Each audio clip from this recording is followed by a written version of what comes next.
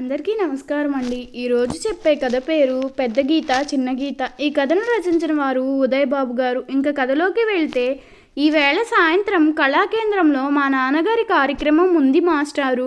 నాన్నగారే స్వయంగా వచ్చి ఆహ్వానిద్దాం అనుకున్నారు.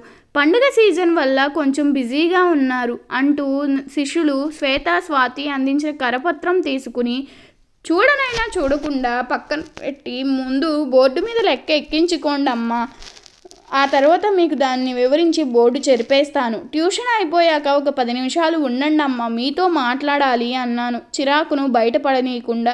ట్యూషన్ అయిపోయాక పిల్లలిద్దరూ వెళ్ళిపోయాక శ్వేత, స్వాతి కూడా లేచి నిలబడ్డారు. మీరు ప్రైవేట్లో చేరినప్పటి నుంచి చూస్తున్నాను, రోజు ఆలస్యంగా వస్తారేమిటమ్మా అడిగాను.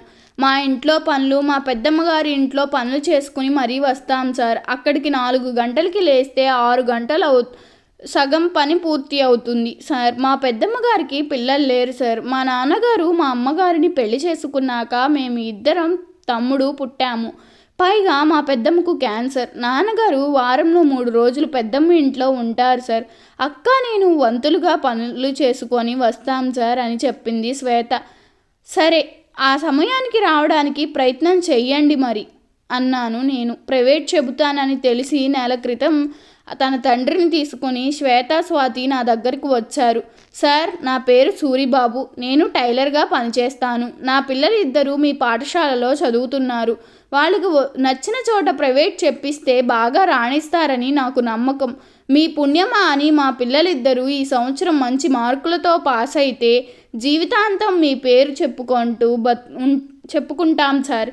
ఎందుకంటే 10వ తరగతి విద్యార్థుల జీవితానికి పునాది అని నా నమ్మకం అని ఎంతో వినయంగా, చూడడానికి సన్నగా, రివటల 6 అడుగుల పొడుగు ఉండి నా ముందు చేతులు కట్టుకొని మాట్లాడిన అతనికి దగ్గర 2 కుటుంబాల నిర్వహించేంత విషయం ఉందని నేను ఊహించలేదు. ఏదో తెలియని చులకన భావం కలిగింది అతని మీద. నేను సహజంగా ఎప్పుడు ఎక్కడా బేరం ఆడను సార్. అలా అడిగితే అవతలి వ్యక్తికి వచ్చే రూపాయి నా వల్ల పోతుంది అని నా నమ్మకం. అలా అని ఎక్కువ డబ్బు పెట్టను. న్యాయబద్ధంగా అందరూ ఎలా డబ్బులు ఇస్తే నేను అలాగే ఇస్తాను. అయితే మీరు ఒక 50 రూపాయలు కనుక డబ్బు తగ్గిస్తే అది నాకు మరెందుకు ఉపయోగపడుతుంది అడిగాడు అతను. చూడండి, నేను ఖచ్చితంగా చదువు చెప్తాను. ఫీజు విషయంలో కూడా అంతే ఖచ్చితంగా ఉంటాను అన్నాను, మాటకి అవకాశం ఇవ్వకుండా. అతను నా చేతులు 500 పెట్టి నమస్కరించి వెళ్ళిపోయాడు. నేను సంతృప్తిగా చూసుకుని జేబులో పెట్టుకున్నాను. నా ఆశలు నాకున్నాయి మరి. భారతీయ కాలమాన ప్రకారం 7 గంటలకు కళాకేంద్రంకి వెళ్ళాను. కళాకేంద్రంలో జరిగే ఒక నెలవారీ కార్యక్రమం అది. బోరు కొడితే లేచి వెళ్ళిపోవచ్చు అన్నట్టుగా ఆఖరి వరుసలో మొదటి కుర్చీలో కూర్చున్నాను. నన్ను చూస్తూనే శ్వేత, స్వాతి ఇద్దరూ వచ్చి పలకరించి వెళ్ళారు. సభా కార్యక్రమం మొదలైంది. అనంతరం తరువాత విశ్వామిత్రుడు ఏకపాత్రాభినయం ప్రదర్శన జరిగింది. ఆ వ్యక్తి వాక్త ప్రవాహం అపార ఘంటసాలలా పాడిన పద్యాలు, సంభాషణలు, పలికే తీరు వింటూనే నన్ను నేను మరిచిపోయాను. ఈ కాలంలో కూడా ఎంతటి ఉత్తమ కళాకారులు ఉన్నారు. అతను పాడిన పద్యాల్లో తెలుగువాడినైనా ఉండి నాకు ఒక పద్యం రాదు నాకు. ఆ తరువాత పాత్రధారుని పరిచయం చేస్తున్నప్పుడు నేను నిర్ఘాంతపోయాను. ఆయన సూరిబాబు గారు. ఎందుకో మనసు ముడుచుకుపోతున్న భావన నాలో మొదలైంది. ఏదో తెలియని బాధన మనసును మెలిపెట్టడం ప్రారంభించింది. తానుగా వచ్చి ఒక్క 50 రూపాయల జీతం తగ్గించమని నన్ను కోరినప్పుడు నిర్దాక్షిణ్యంగా తిరస్కరించాను. అతను పాడిన ఆ పద్యానికి నా మొత్తం జీతం తూకవేసినా సరిపోదు. ఎంత తప్పు పని చేశాను అనుకున్నాను. అనంతరం తీవ్ర అనారోగ్యంతో బాధపడుతూ మంచం మీద నుంచి లేవలేని స్థితిలో ఉన్న ఒక నిరుపేద కళాకారునికి మోసుకొచ్చి సన్మానం చేశారు. స్వాతి హారతి ఉన్న పళ్ళాన్ని తీసుకుని ప్రేక్షకులందరికీ దగ్గరికి వచ్చారు. అందరూ ఎవరికి తోచింది వారు వేశారు.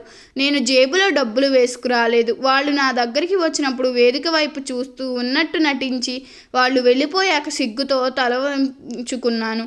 అనంతరం ఆ కార్యక్రమ ప్రధాన కార్యదర్శి సూరిబాబు గారు అప్పటికప్పుడు సభలో సేకరించిన 10,500 కళాకారునికి ముఖ్య అతిథి చేతులకు అందజేస్తూ తన వంతుగా 55 కిలోల బియ్యపు బస్తాను ఆ కుటుంబానికి ఇస్తున్నట్టుగా ప్రకటించారు.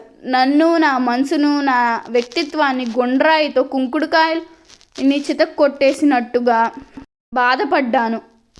పెద్ద గీతను అని విర్రవీగుతున్న నేను అతని ముందు చిన్న గీతగా కుచించుకుపోసాగాను. సూరిబాబు హఠాత్తుగా నన్ను వేదికపైకి ఆహ్వానించారు. తన కుమార్తెలు విద్యాబోధన చేస్తున్న ఉపాధ్యాయుడిగా నన్ను పరిచయం చేసి, వృత్తికి అంకితమైన వ్యక్తిగా నన్ను అభివర్ణించి, దుష్వాల్వాతో కప్పి పుష్పగుచ్ఛంతో సత్కరించారు. నేను కనీ విని ఎరుగని ఊహించని జీవితంలో మొదటి సన్మానం.